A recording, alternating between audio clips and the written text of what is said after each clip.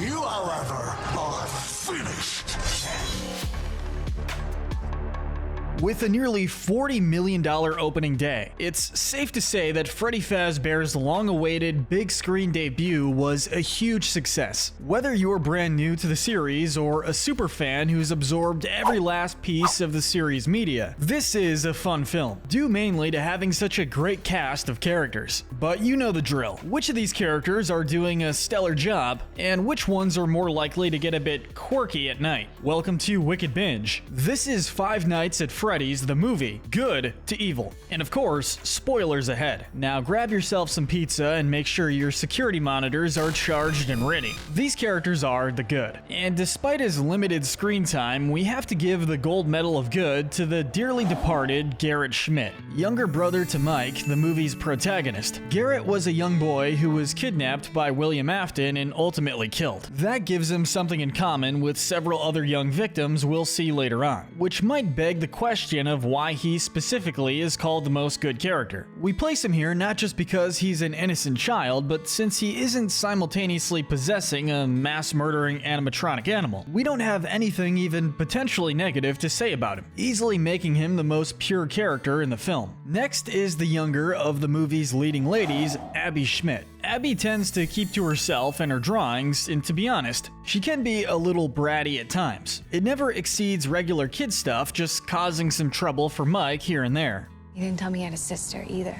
Are you here to arrest Mike? But I suppose technically one could call it a character flaw. Regarding her good traits though, Abby is kind-hearted and genuinely wants to help others. She ultimately ends up helping Mike to discover the truth about Garrett, and is totally willing to hang out with her ghost children / animatronic animal buddies. Like you'd expect from a little girl, she's very compassionate, even if she is naive and impulsive at the same time. Now, this does almost get her killed on several occasions, but the fact that even after this she still actively wants to visit Freddy and the gang, again shows that he goes above and beyond in terms of kindness. The bronze medal of good has to go to Abby's older brother and the movie's main character, Mike Schmidt. Mike admittedly doesn't make the best first impression. At the start of the movie, he runs after a man he believes to be a child kidnapper and beats him to a pulp in front of said child, who turned out to be his son. Not a great start. That said, this poor first impression is nothing more than just that, a first impression. In reality, Mike is deeply traumatized by the kidnapping and murder of his younger brother Garrett in his childhood. His life centers around a desperate longing to know what happened to him. But despite this, it doesn't stop him from taking on crappy job after crappy job to provide for Abby. Although she could be a handful, all things considered, he's pretty patient with her, and he's got to get plenty of good points for stepping up. His dedication is proved when he gets offered the chance to give up Abby to Afton's victims, and turns it down. Stay away from my sister!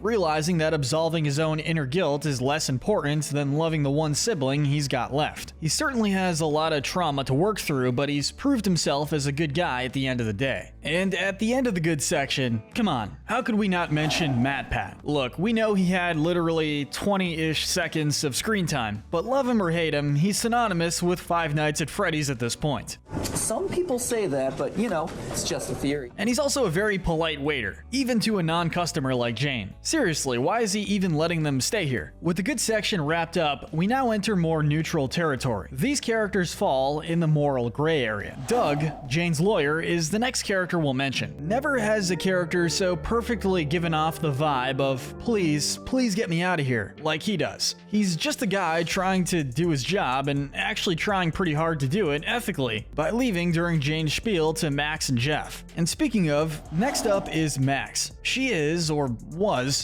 Abby's babysitter, and a pretty generous one too. She cares deeply for the family, asking for no compensation to watch Abby since she knows about Mike's financial issues. We also have to give her the lust medal, given her strong desire for a man to put a ring on her finger. Unfortunately, she also finds herself doing some shady stuff. It turns out she's being paid by the Schmidt's Aunt Jane to try and find some evidence of child endangerment so the latter can win custody of Abby. She doesn't try to make any evidence and is definitely the least least sleazy of those involved in the project, and she definitely didn't deserve to be bitten in half like that, but that was still a pretty nasty move. While it may be controversial, we're placing the last of the film's three main characters down here, Vanessa Aton. We're gonna start with the good stuff about her because there is a decent amount. She cares for the safety of others in a general sense. She threatens to shoot Mike if he ever brings Abby back to the restaurant. But if you ever bring Abby back here again, I will shoot you.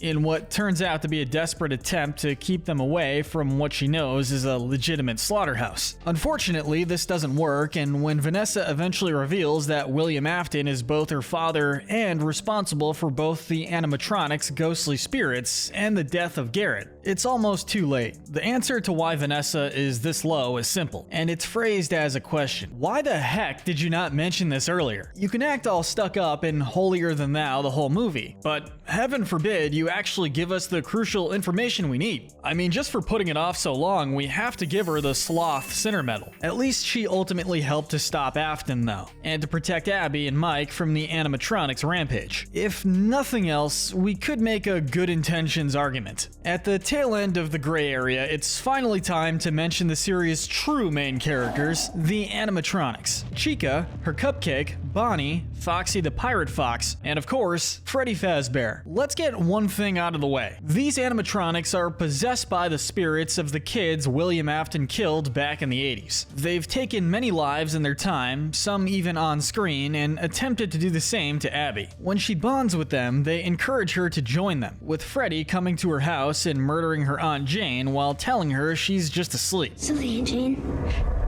She fell asleep.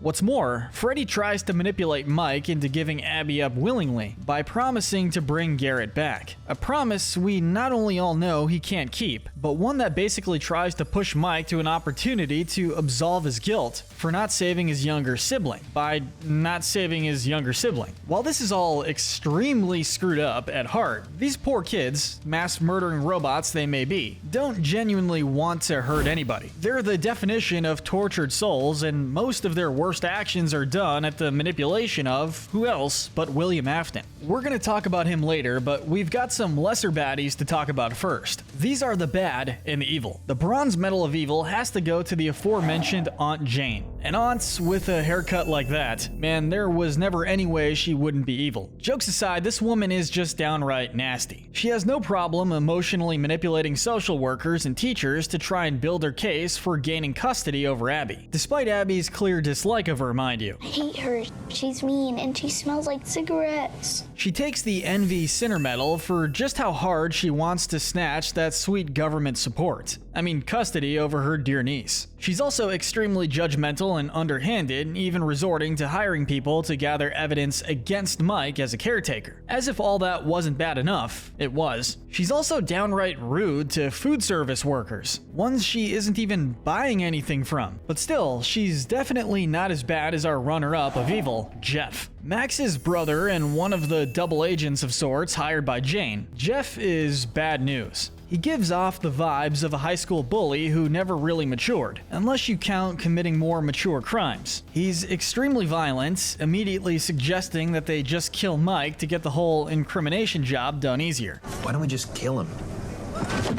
For all Jane's faults, even she was shocked by that suggestion. We're also gonna give Jeff the Greed Medal for his willingness to go along with Jane's plans for money. And on top of all this, while Max had some redeeming qualities to make up for her shady business, Jeff has no such thing. He's just a sleazy guy all around. But it goes without saying that the Gold Medal of Evil winner has to be William Afton. I mean, it's not even close. Child murder is one of the quickest ways to tell people that you're the scum of the earth, and Afton, just in case you didn't get the message, is efficient enough to have killed at least 5 of them. But child murder wasn't enough for him. No, he also stuffed their bodies into his now abandoned pizza place's animatronics, and emotionally manipulated their souls to continue doing his dirty work.